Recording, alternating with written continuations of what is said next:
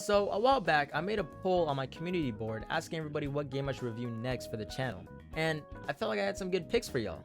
I included games like Nier Automata, Persona, heck, even Fighters to keep the theme of anime games going. But there was one game that you guys voted for. One game that I didn't even expect to win. And that game was My Hero One's Justice 2. Another anime arena fighter. Thanks guys. Really freshening up my channel with that one. If you're not familiar with the anime My Hero Academia, it's a story about a boy named Izuku Midoriya, who was born without superpowers called quirks. He was pretty much bullied most of his life by this other kid named Bakugo because he was quirkless, until one day he meets the #1 hero, All Might, who gives him his quirk through eating his hair. So let me get this straight. We got anime characters eating hairs and fingers just to get powers now? What's next? Our dads? One's Justice 2 was developed by a company called Byking, which, when I tried looking at what they've made previously, all I found was a game called Gunslinger Stratos.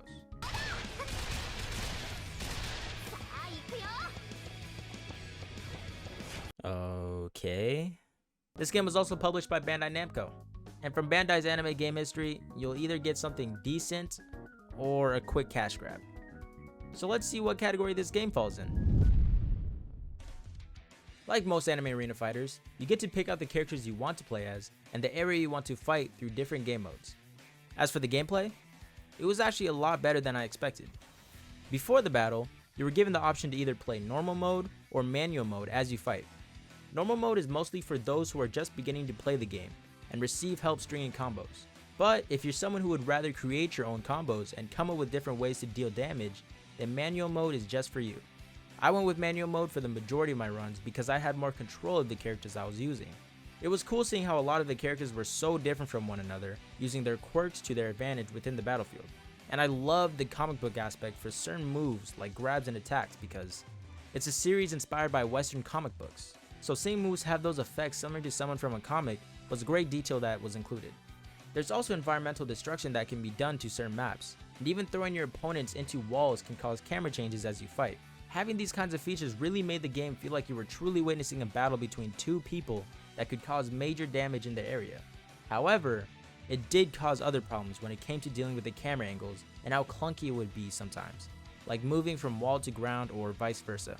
I also noticed that whenever I would try to string different types of combos, like let's say in the air, everyone felt floaty and extremely light, which didn't make sense for someone like Nomu, for example, who is big as hell but can float as he's in the air. The gameplay most certainly felt fast-paced, which is always a plus, and the movesets from the different characters in the series felt unique enough for someone like me to enjoy. So because I haven't played the first One's Justice game, I can't exactly make a direct comparison to the both of them. However, jumping into this, I was surprised with the amount of characters that we were given, and that doesn't include the DLC characters that would later be included as well. Did I buy any of the DLC? Hell no, this game was already full price on Steam. Not only are you able to play as some of the characters from UA High School, you're also able to play as the pro heroes and villains as well. You can choose one character to play as and 2 additional characters to help assist you during battles. So for all you My Hero fanboys or fangirls who want Deku and Bakugo on the same team, there you go. Rogi, this is my mom. Mom, this is my Totoro. Green hair. I'm Y'all need help. Unfortunately, you can't switch in and out of each character while you fight, but you can still call for them to help you extend combos to deal more damage. In addition to that, these assist characters can also be used to help you get out of combos. Whenever you're attacked by an enemy, there are certain instances where you can counter them yourself through timing. Other times, you can use assist characters to quickly get them off you and give you spacing.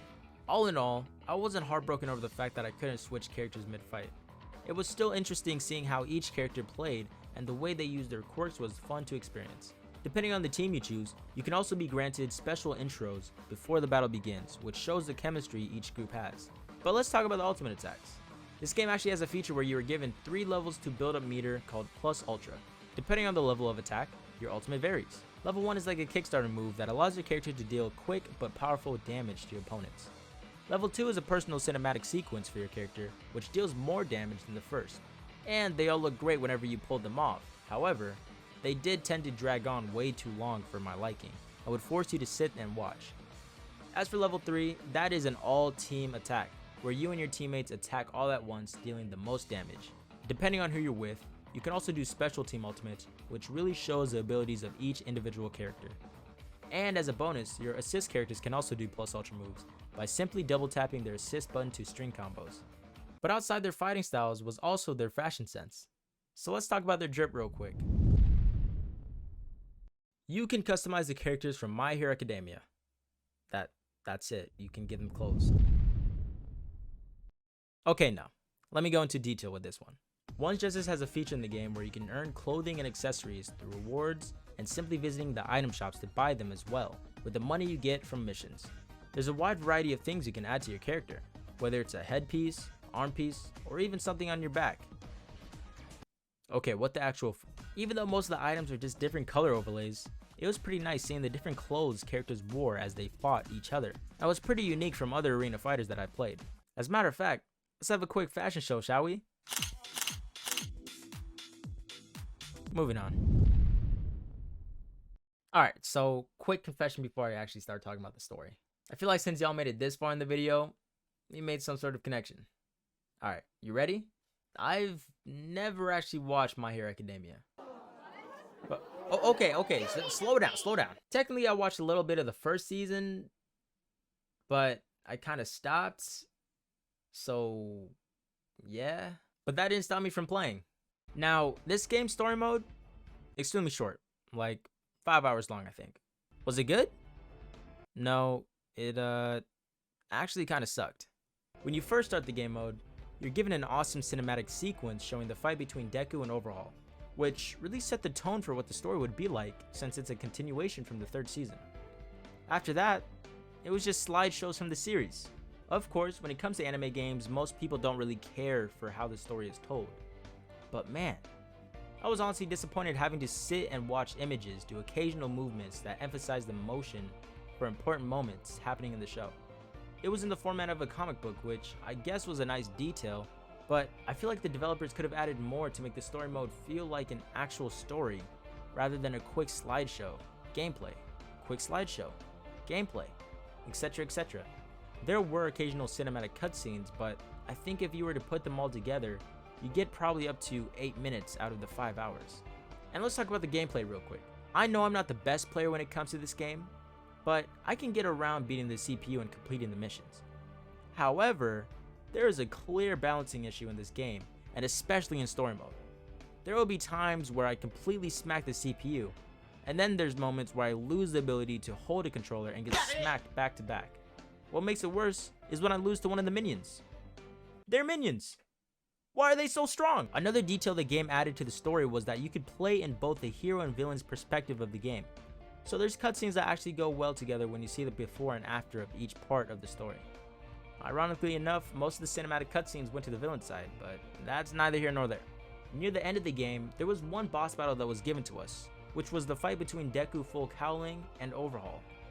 I was ready to finally try out Deku at 100%, and to see Overhaul in his final form, super hype. The fight? Not so much. It was literally just the regular game format with Overhaul as one giant monster on the battlefield. He was just a bigger target with more health and 0 stun when attacking him, so the fight wasn't that interesting. It was slower paced and the camera angles were not in my favor as I fought. Not gonna lie, Overhaul did beat my ass a couple of times, but that's not the point. When I finally beat him, there was 0 satisfaction towards my victory. However, when I was on the villain side, it was my turn.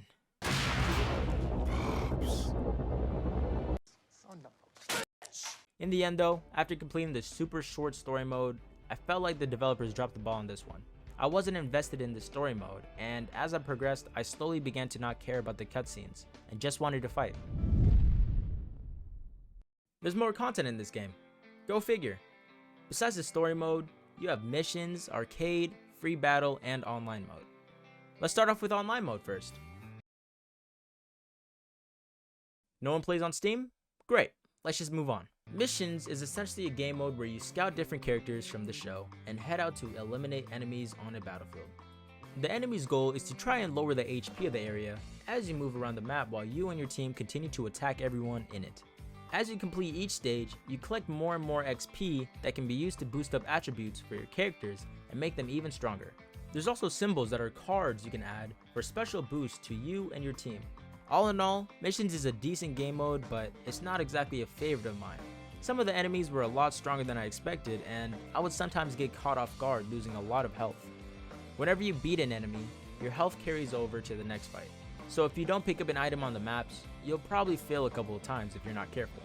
I do like the challenge the game grants you, but I've never been a fan of health remaining the same in a single match. There were times I was stuck on a map, and for certain characters, I grew hatred towards them. Arcade is a game mode where you once again select a team and choose different paths to create a high score for the character you chose. It was interesting how whenever you completed a path, there would be a special dialogue for each character, and the way they talked to each other seemed pretty accurate to how they acted in the anime. Health didn't carry over as you completed each battle, thankfully, and the game granted a challenge that wasn't entirely rage-inducing, so that's also a plus. Free battle is like any other offline game mode where you pick the settings of your battle and the different characters you want to fight. Whether you want to do a 1v1 against a CPU or a 3v3, the choice is yours. You can even play against your friends locally with up to 4 players. I've never tried it out, so I couldn't tell you whether it's functional or not, but it's available. With all these game modes, it's quite impressive with what the game was able to pull off. And they even added a photo mode to the game to give you some sick cinematic portraits through fights and group picks. So yeah, the game did a decent job with the other features. Not missions though. After playing through this game, I was honestly left feeling unsatisfied. It's not because One's Justice 2 is bad or anything. As a matter of fact, I enjoyed the gameplay for what it was, but it wasn't something I haven't played in the past. Since it's an anime arena fighter, you'll usually end up scrambling around and spam the same moves to win the battle. I can definitely see why most people would enjoy this game. I mean, who wouldn't want to play as their favorite anime characters in a fighting game? And I know me saying this sounds familiar because I've said this before in my review on Jump Force. Just because you're given a game that fills itself with characters from your favorite series doesn't mean it's automatically good. Developing something with decent gameplay doesn't excuse half-assing everything else, like the story mode and even some of the other features. But in the end, people will still buy it and all the DLCs along with it. This game was most definitely not worth its price when it came out, and I'm glad that the price dropped over the years. And even still, I have a hard time recommending this to y'all. This was clearly just a quick cash grab for Bandai Namco, and it's sad that it had to happen once again to an anime as popular as My Hero. So, should you pick up My Hero One's Justice 2? No. Save yourself your money and buy something that's worth your time. And if you're still interested in picking up an anime arena fighter, then I suggest buying something like Storm 4 or Demon Slayer Hinokami Chronicles. Both games have a great story mode, gameplay, and a community that's pretty active to this day. And if you still want to pick up My Hero One's Justice, then so be it. If you made it this far, what are your thoughts on One's Justice 2? Are you planning on picking it up? Also, who's your favorite character from My Hero Academia? Mine is Kirishima. And as always, don't forget to leave a like, share, and subscribe to the channel. With that being said, I'm out. Take care, everybody.